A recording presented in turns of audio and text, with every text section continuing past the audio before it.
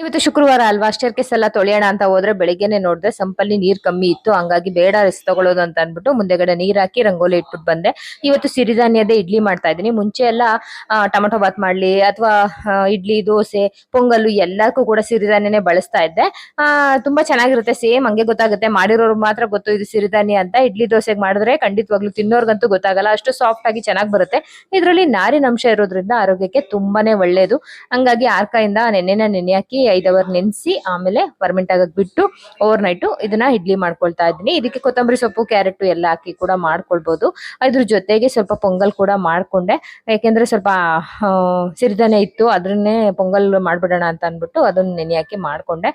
ಇವತ್ತು ಸ್ವಲ್ಪ ಕೆಲಸ ಇತ್ತು ಸಿಸ್ಟಮ್ ಅಲ್ಲಿ, ಹಂಗಾಗಿ ಮನೆಯವರು ಹೇಳಿದ್ರು ಅಂತ ಅನ್ಬಿಟ್ಟು ಮಾಡಿದೆ. ಮಧ್ಯಾಹ್ನಕ್ಕೆ ಅಂತ ಅನ್ಬಿಟ್ಟು ಹೀರೆಕಾಯ್ದು ಮಕ್ಳೆಲ್ಲ ಇದಾರಲ್ಲ ಅಂತ ಅನ್ಬಿಟ್ಟು ಬಜ್ಜಿ ಮಾಡಿ ಹೀರೆಕಾಯ್ದೇನೆ ಉಪ್ಸಾರು ಮಾಡ್ಬಿಡೋಣ ಮುದ್ದೆ ಮಾಡ್ಕೊಂಡು ಅಂತ ಅನ್ಬಿಟ್ಟು ಮಾಡ್ತಾ ಇದ್ದೀನಿ. Thank you.